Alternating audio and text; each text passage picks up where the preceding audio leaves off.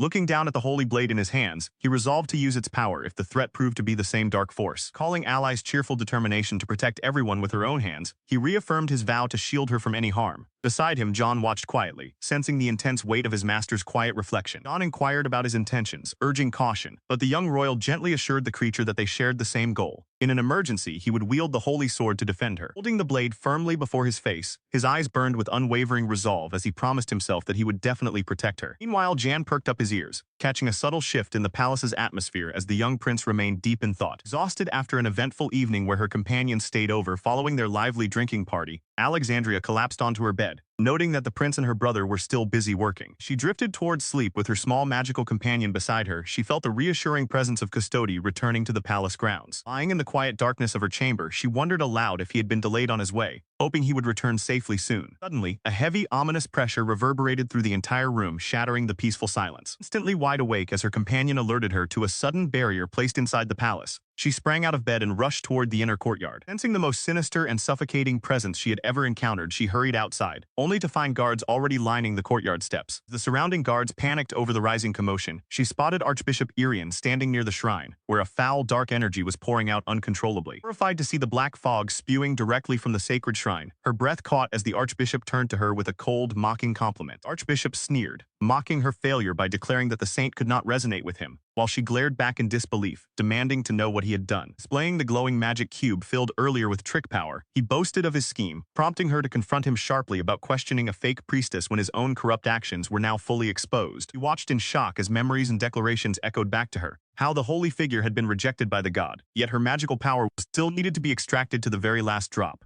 The antagonist sneered, recounting how because of her interference, the original plan to quietly brand Saint Gandalfin as a fraud and remove her from the world stage had been completely disrupted. Determined to eliminate her on the spot, the enemy declared that everything was being done for the ultimate revival of the evil god. Hearing those terrifying words, her eyes widened in utter disbelief and horror at the sinister plot unfolding before. Standing amid the gathering darkness, Princess Iron stared in disbelief as the ominous black mist welled up before her, wrestling with the chilling realization that the evil god might truly have been resurrected. She could not shake the unsettling certainty that this malignant energy was identical to the dark force they had encountered before. Calling how the mysterious box had originally contained pure white magic before being corrupted into a vessel of darkness, she deduced that an outside force must have tampered with it, while the hostile cultists nearby privately sneered at the divine artifact's alteration. The small dragon hovered beside her, confirming that the evil god's aura emanated directly from this location. Princess Iron coolly weighed whether to eliminate the surrounding enemies before interrogating them. Custody suddenly appeared. The inquisitive dragon peppered him with urgent questions about the mist and the glowing sphere, only to be met with a dry observation about its own relentless curiosity. Hostile Archbishop scoffed at the arrival of the sacred beasts and declared his intent to annihilate them all at once, prompting the dragon and the energetic spirit Boni to eagerly spring into combat stance. The blinding burst of power, Boni swept through the enemy ranks, wiping out more than 10 cultists in a single instant and leaving Princess Iron thoroughly astounded by the spirit's overwhelming force. Stody lightly complained that no foes had been left for him to fight, as the remaining hostiles lay soundly defeated on the ground. Turning her attention to the sole survivor, Princess Iron confronted the trembling Archbishop, who broke into a nervous sweat upon realizing he was completely cornered. Panicking in desperation, the Archbishop cursed his fallen underlings for their uselessness. Back backing away toward the small shrine behind him. He gasped as the malevolent pressure in the air spiked dramatically, sensing that the dark presence was growing far stronger. Companion Dragon explained the ancient cosmology, revealing that the evil god was originally one of two primordial deities whose purpose was to destroy what was no longer needed so life could flourish. In response to Princess Iron's inquiry about why such an entity had been sealed, the Archbishop interjected that after the god's excessive destruction, it was bound within the land where their holy nation was eventually founded. Detailed how the slumbering deity was meant to be gradually purified through worship over centuries, prompting Princess Iron to realize that his faction had forcibly awakened the entity prematurely. Defending his ambition, the Archbishop explained how he unearthed ancient manuscripts and called out to the shrine, driven by a desperate desire to rise above his humble origins and expand his influence beyond a small nation. He listened intently as the fanatical man boasted about his grand design, declaring that the evil god had answered his boundless ambition, and that together they would conquer the entire world once the final seal shattered. She scoffed inwardly at his grandiosity, dismissing his twisted ambition as nothing more than raw, unadulterated greed. The manic, wide-eyed grin, he detailed their scheme to summon individuals from another world, intending to siphon their vast magical reserves to fully unleash the dark deity. Explained that ancient texts confirmed otherworldly visitors possessed incredible magical energy, noting how a single priestess had already provided a massive influx of power to their artifact, while the dark god quietly regained its strength. However, foreign energy could not be absorbed directly by the deity, requiring them to funnel her magic through the mysterious box first to adapt it before offering it up. As the process continued, a sudden realization had dawned upon the conspirators. The moment he had touched the container, a shadowy, ominous power surged forth, turning the object pitch black as he claimed the dark energy as his own. She pressed him about that malevolent aura, but he simply smirked, recalling how the black mist had swallowed one of his own servants when he first tried to dispose of it, matching ancient descriptions of the dark force. He declared with ruthless delight that by wielding the black box, they could spread despair across the land, filling the world with curses to accelerate the evil god's revival. He stared in silent disbelief at his absolute madness, while the small black familiar beside her glowered with deep resentment. Suddenly, loud voices echoed from the courtyard nearby as companions rushed toward the scene, calling out her name frantically. He recognized the crown prince arriving alongside his brother, relieved to see him safe after suspecting he had vanished. Realizing the terrifying truth, she shouted a desperate warning for him to stay back, recognizing that the villain had merely been stalling for time with his verbose explanations. A sudden violent burst of dark magic, a shockwave tore across the area as the sinister curse latched onto its new target. Young Prince collapsed, paralyzed and gasping for air as the villain burst into hysterical laughter, exulting in the successful manifestation of the god. He watched in absolute horror alongside her companions as the chilling reality set in. Prince Umberto himself had become the new vessel for the evil god. He gasped in horror at the mention of a vessel, watching in anguish as Prince Umberto doubled over, gasping for breath. Though she tried to reassure the others that she was all right, her desperate plea was for them to save her brother. Alexandria clutched her face in disbelief as the prince turned toward her, a terrifyingly serene smile spreading across his face as he gently asked if she was all right. Cult leader gleefully declared that the preparations for the evil god's resurrection were complete, mocking the tragic irony of the saintess's fiancé becoming its host while Alexandria panicked, wondering what she could possibly do to save him. Behind her, Prince Fred firmly held Princess Irin back, refusing to let her rush toward her suffering brother despite her frantic, tearful protests. Cult leader raised his arms in dramatic devotion, welcoming the supreme deity they had awaited, while Princess Irin fought against Fred's grip, screaming for her brother. Surrounding onlookers looked on in complete confusion and horror as the dark aura consumed Prince Umberto, his expression turning cold, hollow, and ominous. Cult leader beamed with ecstasy, announcing that the prince's body was already synchronizing with the divine spirit while Umberto stood utterly motionless. Sudden wicked intensity flared in his eyes as a sinister force seized total control of his body. Watching the unnerving shift, Alexandria froze in utter terror as the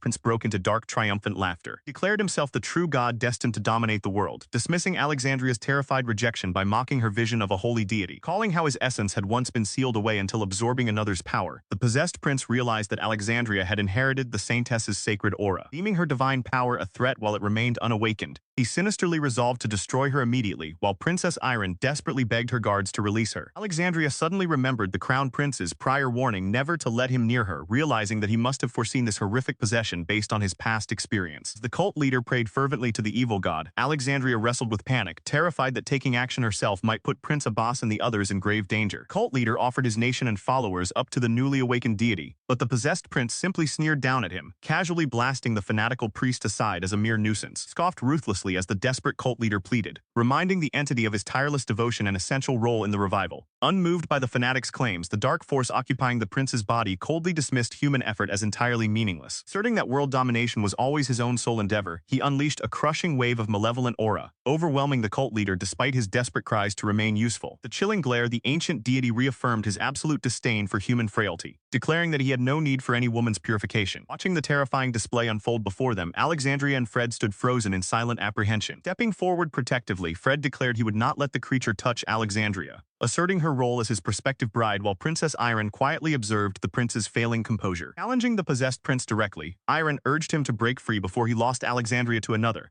boldly proclaiming that the young woman belonged to her forever. Hearing her name, Alexandria called out to her beloved in a fleeting moment of hope, only to gasp as a blade was suddenly drawn. Sharp tip of the steel pressed firmly against the fabric over his heart. Panic surged through Alexandria as she reached out, desperately questioning what he was trying to do as he softly called her name. Gaining a moment of his true self, Prince Umberto offered her a tender, serene smile, softly uttering his final confession of love. Without hesitation, he drove the blade deep into his own chest to destroy the evil spirit within, leaving Alexandria to scream his name in unbearable